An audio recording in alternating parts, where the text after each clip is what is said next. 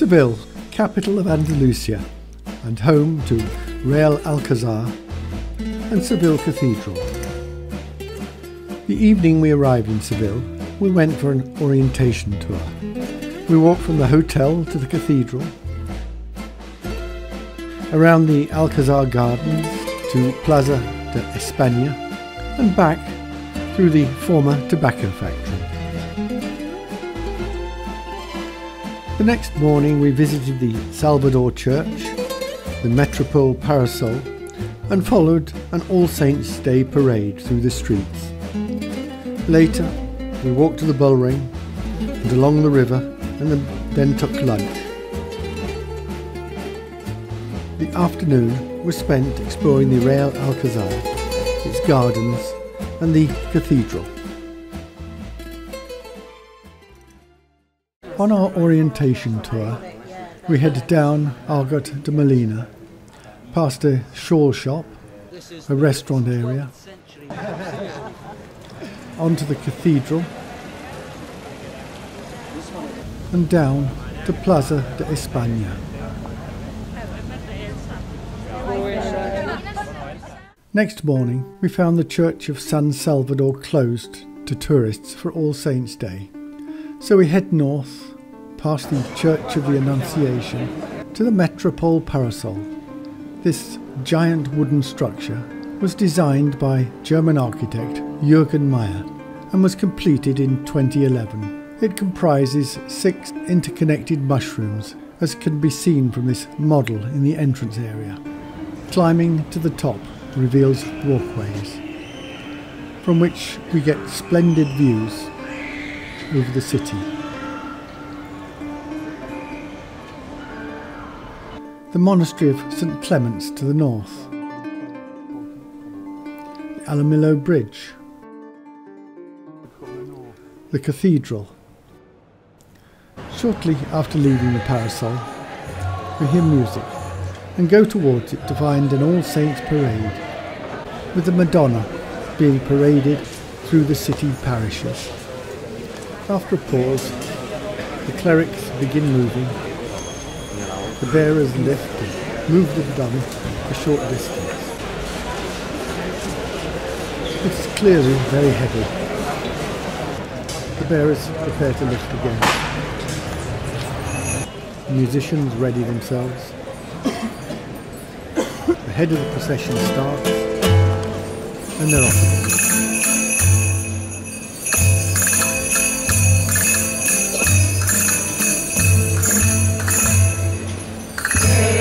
María, reina de la cristiandad, ruega por nosotros, dulce madre de bondad.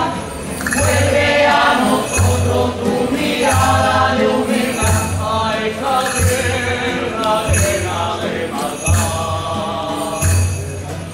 Intercede siempre por toda la humanidad y pide a tu Hijo el perdón por nuestro.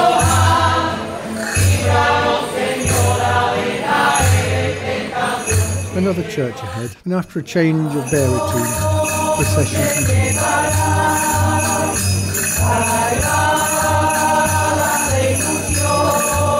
We followed them for some time and looked into the churches.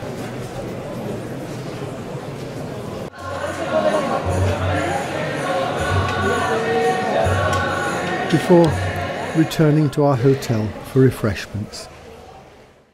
We were soon out again, heading for the Bullring. We crossed the Isabella II Bridge and walked along the west bank. The Bullring, the Tower of Gold, San Telmo Palace. We crossed back over and headed towards the cathedral and took lunch in a nearby cafe. After lunch, we visited the Real Alcazar. We entered through the Lion Gate, the Lion Courtyard. Intricate wall decorations, ceiling boss, and fountain in the Hall of Justice were just a taster of what was to come. The plaster courtyard.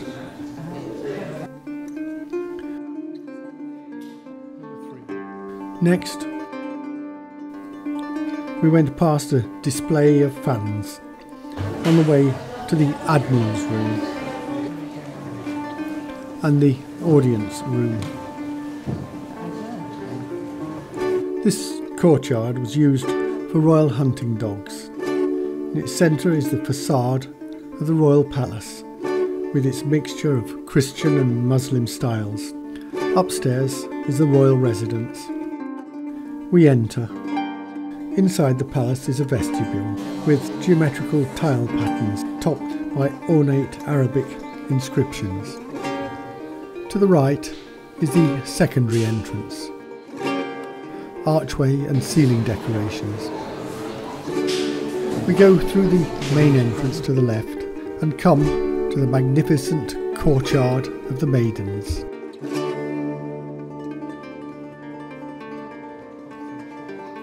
The elaborate 12th century arches are topped by a 16th century gallery that was added by Charles V. Around the tops of the arches are various coats of arms.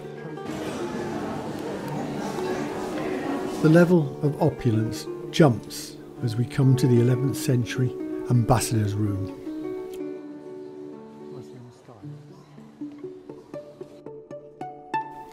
Its ceiling depicting the heavens, the upper palace balcony, paintings of kings, magnificent Moorish wall designs. Adjacent to the ambassador's room is the king's bedroom.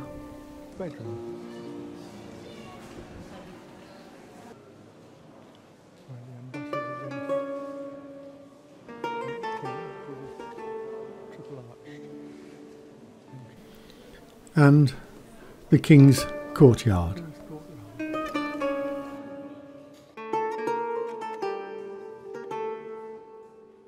The prince's room.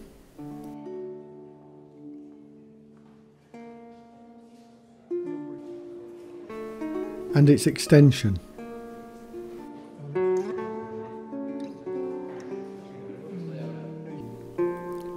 The king's room, with its starry ceiling,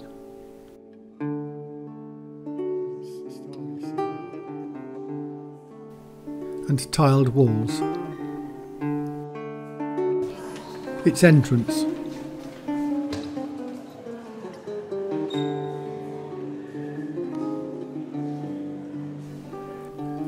The Gothic chapel.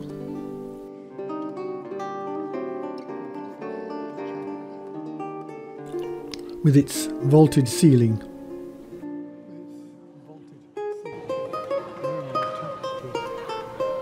The tapestry room.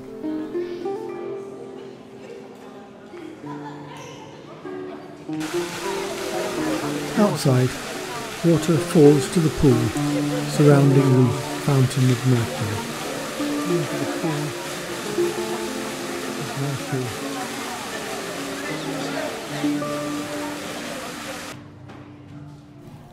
And below the palace are the rainwater tanks, the baths of Maria da Padilla. Next, we head through the Marchena Gate into the Marquis of Vega Inclán Gardens.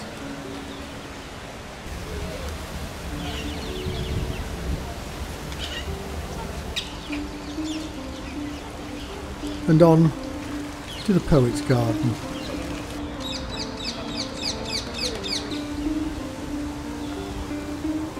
And from there, around the English Garden.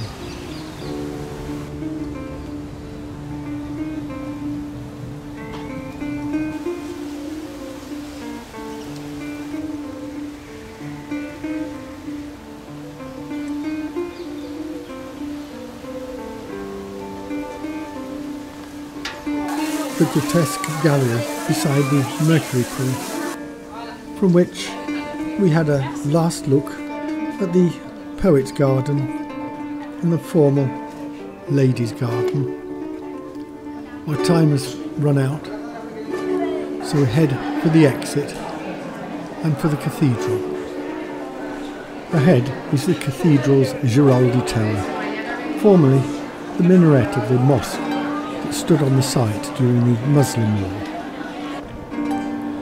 We enter the nave from the north, and as we turn east we see the choir.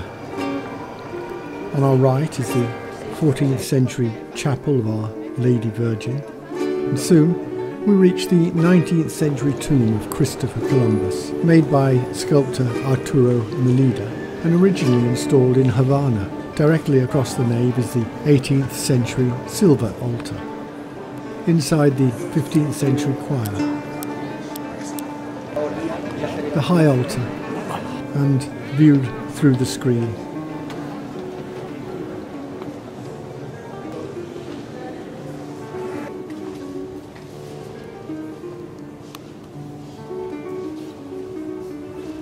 The main vestry and some of its exhibits.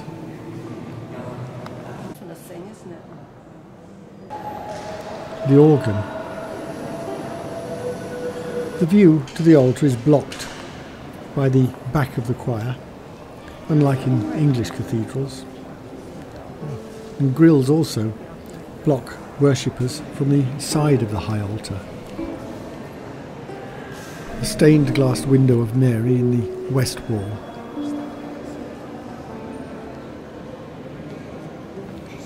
The orange tree courtyard, a remnant of the 12th century mosque, from which we see the north door and the Giraldi Tower.